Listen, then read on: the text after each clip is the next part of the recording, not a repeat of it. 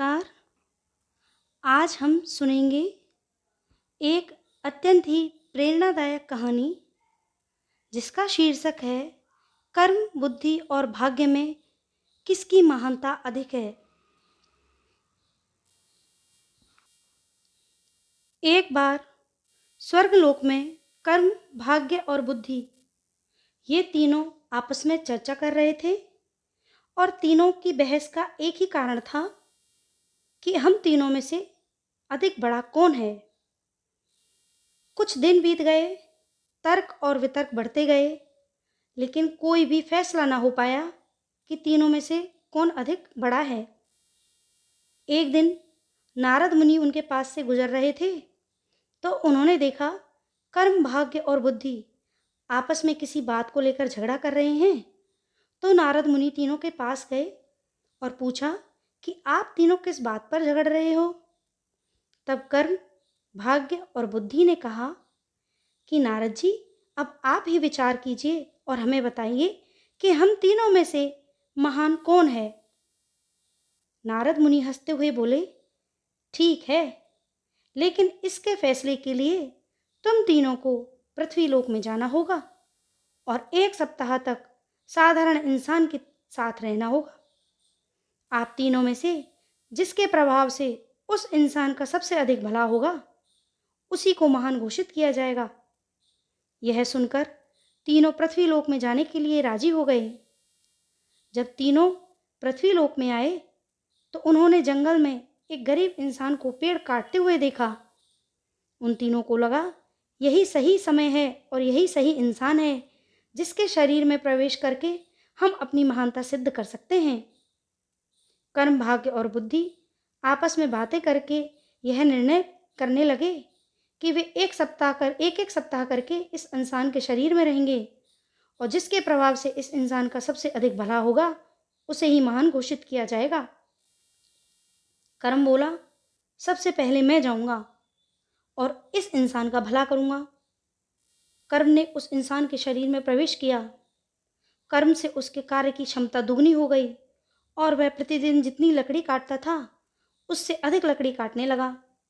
यह देखकर वह इंसान बहुत खुश हुआ। पहले से ज़्यादा लकड़ी वो काट तो लेता था, लेकिन वह उतनी लकड़ी बाजार तक ले जाकर नहीं बेच पाता था जितना कि वह पहले बेचता था, क्योंकि ज़्यादा लकड़ी काटने के लिए उसका शरीर थक जाता था और उसके पास ऐसा कोई सामान भी ना था जिससे कि वे सारी लकड़ियों को बाजार ले जाकर बेच सके।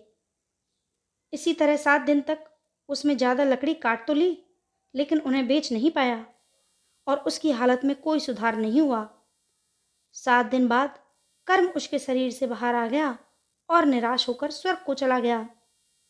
यह देखकर भाग्य बोला, कर्म तो इसको धनवान नहीं बना सका, अब मैं इसको धनवान बनाऊंगा। यह कहकर भाग्य उस गरीब इंसान के शरीर में प्रवेश कर गया। भाग्य के शरीर में प्रवेश करने के कुछ देर बाद जंगल में उस गरीब इंसान को बहुत सारा धन मिला। उस धन को पाकर वह खुशी से झूमने लगा। धन को कैसे संभाल के रखते हैं और कैसे सही जगह पर इसका उपयोग किया जाता है, इसका ज्ञान उस इंसान को नहीं था और धीरे धीरे ही उसने सारा धन खर्च कर दिया। 7 दिन में वह अपने सारे धन को खर्च कर चुका था, परंतु उसकी स्थिति में कोई सुधार ना हुआ। 7 दिन बाद भाग्य भी उसका साथ छोड़कर स्वर्ग को चले गए। बुद्धि ने भाग्य से कहा, देखना अब मैं इसे कैसे धनवान बनाता हूँ। बुद्धि उस इंसान के मस्तिष्क में प्रवेश करती है और उसको ज्ञान की प्राप्ति होती है। उसने अपनी कुल्हाड़ी की धार को और तेज किया और जंगल चला गया लकड़ी काटने के लिए। आज उसने पिछले दिन से ज़्यादा लकड़ी काटी और सारी लकड़ी को एक रस्सी से बांधकर खींचते हुए बाजार ले गया। उसने युक्ति का प्रयोग करके लकड़ियों को बाजार तक पहुंचाया। उसने पहले से आज थोड़ा ज़्यादा पैसा कमाया और उस पैसे से उसने एक और कुल्हाड़ी खरीद ली।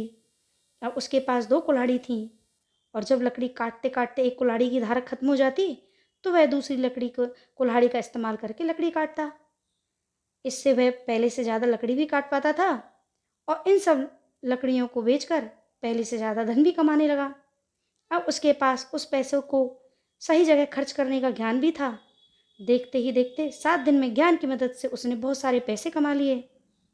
7 दिन बाद जब बुद्धि का समय खत्म हुआ और वह वापस स्वर्गलोक को चला, स्वर्ग में जाकर बुद्धि कर्म और भाग्य से बात कर ही रहा था। उसी समय नारद मुनि उनके पास आए और पूछा, आप लोग धरती पर गए थे क्या? तब कर्म, बुद्धि और भाग्य नारद मुनि से कहते हैं, जी हाँ, हम धरती लोक पर गए थे। और साथ ही कर्म और भाग्य नारद मुनि से कहते हैं, नारद जी, बुद्धि ही महान है, क्योंकि जहाँ सद्बुद्धि होती है वहाँ कर्म और भाग्य अपने आप ही चला आता है। इसीलिए बुद्धि की महानता अधिक है और तीनों ही मिलकर, कर्म, बुद्धि और भाग्य, अब एक साथ मिलकर प्रेम से रहने लगे और लोगों का भला करने लगे। ये है कर्म, बुद्धि और भाग्य की महानता की कहानी। धन्यवाद।